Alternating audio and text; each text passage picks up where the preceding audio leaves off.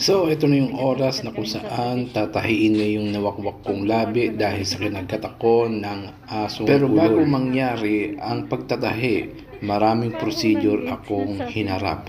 Sabi nga ng surgeon, hindi muna daw tatahiin ang aking nawakwak na labi kung hindi pa ako natuturukan ng erig. Pero ano nga ba yung erig na sinasabi ng surgeon?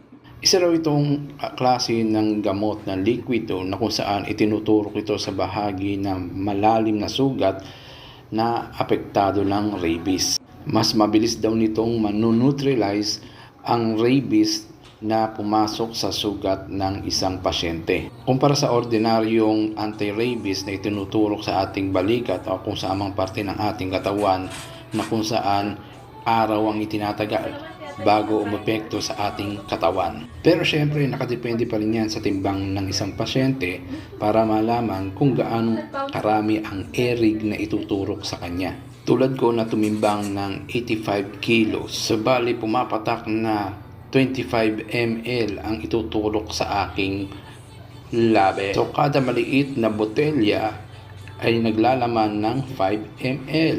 Ibig sabihin, 5 botelya ang aking bibilin. At alam niyo ba kung magkano ang halaga na aking ginastos para sa erig? Aba, nagkakahalaga lang naman ito ng 9,600 pesos. At ayun, ubos ang aming pampasko. Pero okay lang kahit hindi kami magdiwang sa Pasko, basta makaligtas lang ako sa bagsik ng rabies. Nakapanood kaya ako ng mga video na kung saan may mga namatay dahil sa rabies. Grabe, masyadong fatal. Biruin mo yung mga kalagayan nila, no? At kung hindi ko to aagapan, naku po, baka mangyari din sa akin yun. Biruin mo, sasakit ang ulo mo. Pagkatapos, lalagnatin ka, mahihirapan kang lumunok, mahihirapan kang huminga. Magkakaroon ka na ng takot sa hangin at saka sa tubig. Pagkatapos niya, magkakaroon ka ng kalituhan at halusinasyon. Dahil takot ka sa tubig at hindi ka makalunok, siyempre, hindi ka makakainom ng tubig at hindi ka rin makakakain. At kung hindi ka makainom at hindi ka makakain, siyempre mawawalan ng sustansya yung katawan mo, lalagnatin ka ngayon. At yung sugat na dinaanan ng rabies, mangangati daw yun.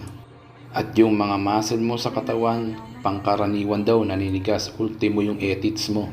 Hanggang sa hindi ka na nakakakilala, at syempre, nagwawala ka na nun na parang halimaw o mabangis na halimaw. Hanggang sa manghina ka at lumabas yung laway mo na may halong mga bula. Pagkatapos nun, makokomatos ka ng mga ilang saglit lang. Hanggang sa kalabatin ka na ni kamatayan. Biruin mo, hirap at pasakit ang dadanasin mo bago ka mamatay. Ang saklap nun, di ba? Kaya alam nyo, yung itinurok sa akin, hindi ko na binilang. Kasi alam mo kung bakit?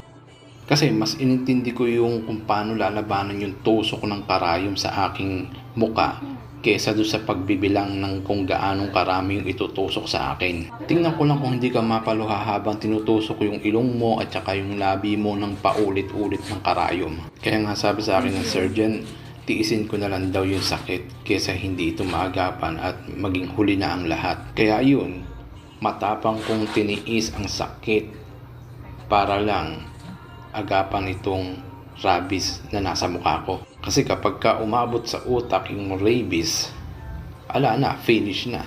Paano ba naman magtiis sa sakit ng tusok ng mga karayom, di ba?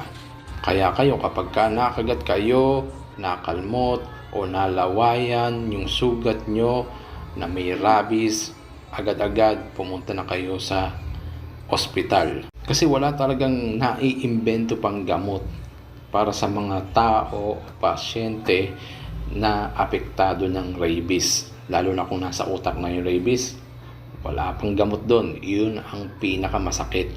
Sabi nga ng mga doktor, 99% daw yung mga nakakaligtas na pasyente na naapektuhan o apektado ng rabies. Kaya kapag nakagat kayo ng hayop na may rabies, huwag na mag-atubili, pumunta na sa ospital. At syempre, pag pupunta kayo ng ospital, kailangan meron kayong kasama para maalalayan din kayo. Di tulad ko, nagpunta akong mag-isa sa ospital kasi wala talaga akong makakasama. Gamit ko pa nga yung tricycle ng tito ko . Alam nyo, yung unang ospital na pinuntahan ko, yun yung Gregorio Hospital sa may Bulacan, Bulacan. Napakapangit ng serbisyo. Kasi biruin mo, sumisirit na yung dugo sa labi ko. Walang tigil. Aba, pinapila pa ako. Naawa na lang sa akin yung isang gwardiya doon at inihatid ako doon mismo sa loob ng emergency room. At alam nyo, ang daming interogasyon pang nangyari sa loob bago ako lapatan ng unang lunas. Mano ba namang bigyan ako o turukan man lang ako ng pampaampat ng dugo para tumigil yung pagdurugo sa labi ko. Kasi doon ako kinakabahan baka mamaya maubusan ako ng dugo, yun pa ang ikamatay ko. So matapos nga ang interogasyon, ang ginawa sa akin ng nurse, tinurukan ako ng anti-rabies sa balikat. At tinurukan din ako ng parang pan-testing ba dun sa anti-tetanus kung ikaw ba ay allergy o hindi dun sa anti-tetanus. Hanggang sa may inabot sa aking reseta yung doktor. Tinanong ako ngayon ng nurse. Sabi sa akin ng nurse, "Sir, meron po ba kayong dalang pera?" Ang sagot ko naman, "Wala akong dalang pera kasi nagmamadali nga ako papunta rito. Hindi ko nabitbit yung pera ko." Alam niyo ba kung anong sagot ng nurse? Ang sagot niya ay sabay tumalikod. Ganong kagagaling ang serbisyo sa Gregorio Emergency Hospital. Bali, inabot din ako ng halos 1 oras doon sa loob ng emergency kung saan halos 1 oras din na tuloy-tuloy na tumutulo o umaagos yung dugo ko sa labi. May lumapit naman sa aking nurse, binigyan ako ng makapal na parang gasa na ipantatakip dito sa aking sugat sa dumudugong labi. Yun lang ang binigay sa akin. Sabi sa akin, diinan ko daw para daw, alam mo na, tumigil yung pagdurugo. Lumapit ulit yung nurse na nagtanong sa akin kung may pera daw ba ako. Saan, tinanong niya uli yun. Sabi ko, wala talaga akong pera. Kasi, alam mo na, sinabi ko naman sa'yo kanina na nagmamadali ako dahil agos na nga yung dugo ko sa lapi. At alam mo kung anong ginawa nung nurse na lumapit sa akin? Ayun, tumalikod uli. Pinuntahan yung head nurse nila at sinabi niya, wala pala ikang dalang pera yun eh. Tapos niyan, lumapit ako dun sa head nurse. Tapos sinabihan ako ng head nurse, "Sir, nagkakalat na po yung dugo ninyo sa sahig oh. Humiga muna po kayo doon." Sabi ko, wala ba kayong pampaampat ng dugo dito? Kasi hindi hintuto kung walang pampaampat ng dugo eh. Sabi sa akin ng nurse, "O sige, humiga po muna kayo doon, ibibilang ko po kayo ng yelo." So yun na nga, nakabili na nga sila ng yelo, tapos ibinalutan ng isang tela at sinalpak dito sa labi ko na patuloy ang pagdurugo. So mga ilang segundo, medyo nawala-wala yung pagdurugo, pero nandun pa rin, dumudugo pa rin. Hanggang sa may lumapit sa akin doktor at tiningnan nga yung sugat, at sabi niya, "Diyos ko, napakalalim pala ng pagkakasugat sa iyo hindi talaga hihinto yan." Kaya naman nag-request yung doktor na turukan ako ng pampaampat ng dugo.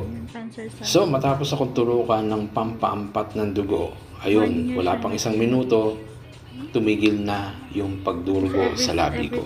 Hanggang sa binigyan ako ng referral form para itaboy ako sa ibang hospital. Diba? Lupit ng Gregorio Hospital dyan sa may Bulacan, Bulacan. Kasi wala daw silang surgeon. Paano kung yung mga naputukan ng mga paputok, paano nila natatahi yun? Idinidiretso nila sa ibang hospital. Anong klaseng emergency hospital yun, di ba? At alam nyo ba, habang hinihintay ko yung ambulansya na maghahatid sa akin dun mismo sa private hospital na pinili ko, nakatingin ako sa ilaw. At habang nakatingin ako sa ilaw, napapansin ko na yung paningin ko parang naninilaw na. Sa loob-loob ko nga, nanghihina na ako. Kasi nga, biruin mo, halos wala pa akong tulog bago ako makagat ng aso. Tapos, gutom pa. Bukod pa dyan, ang daming dugo na nawala sa akin. Sa pinakamalupit na pagkakataon, nakaharap mo pa yung mga ganong klaseng serbisyo, no? Ang lupit. Parang hindi nila alam yung kanilang gagawin. Parang hindi nila alam kung ano ba talaga ang mauna. Yung protocol ba nila o yung kaligtasan ng pasyente. Sana man lang tiningnan nila yung kalagayan ng pasyente, kung malala na ba, kung critical ba, di ba? Dapat ganun eh. Kaso ang daming interogasyon na nangyari sa una, tapos hindi ka pa lalapatan ng gamot na pampaampat ba ng dugo para hindi dugo ng dugo, hindi ako nagkakalat ng dugo sa sahig. Tapos parang minamata ka pa nung nurse na kesyo wala kang dalang pera, tatalikuran ka na lang. Hindi dapat ganun. Biruin mo, inabot ako ng halos 1 oras kung saan patuloy yung pagdurugo sa labi ko. Tsaka lang ako nilapatan ng pampaampat ng dugo ng doktor nung makita yung kung gaano kalalim yung sugat na tinamo ko na kagat ng aso. Pero nakita na ng mga nurse yung sugat na tinamo ko doon sa labi ko, ni hindi man lang nila nilapatan ng lunas para tumigil yung pagdurugo. Kasi yun ang importante eh. Kasi mamaya, maubusan ka ng dugo, yun pa ang ikamatay mo. So bali after 15 minutes, dumating na yung ambulansya na galing Giginto, Bulacan, at hinatid na nga ako doon sa Sacred Heart Hospital dito sa May Malolos, kung saan nakilala ko yung doktor o yung surgeon na tumatahi sa labi ko. Maganda rin yung doktor, kaso nga lang mukhang may asawa na siya. Siyempre, hindi naman iyon ang habol ko eh. Ang habol ko, yung makaligtas ako sa kagat ng aso at alam mo na, matahi yung labi ko para naman bumalik sa pagkagwapo uli. Mamaya ipapakita ko sa inyo yung tunay na itsura ko bago ako makagat ng aso. Kita nyo, artistahin, napakalupit, napakagwapo. So bali, yun lang yung may kukwento ko at patapos na nga itong pagtatahi sa akin ng surgeon sa nawakwak kong labi. So kung makikita nyo naman, unti-unti niya tinatahi yung aking nawakwak na labi at nasa bandang ibabaw na siya ng pagtatahi. Alam nyo ba na 15 tahi ang tinamo ko dahil sa laki ng pagkakawakwak sa labi ko. Pero hindi ko naman siya ramdam kasi nga yung anesthesia na itinurok sa akin ay medyo marami-rami rin. Tinatahi yan para akong natutulog lang.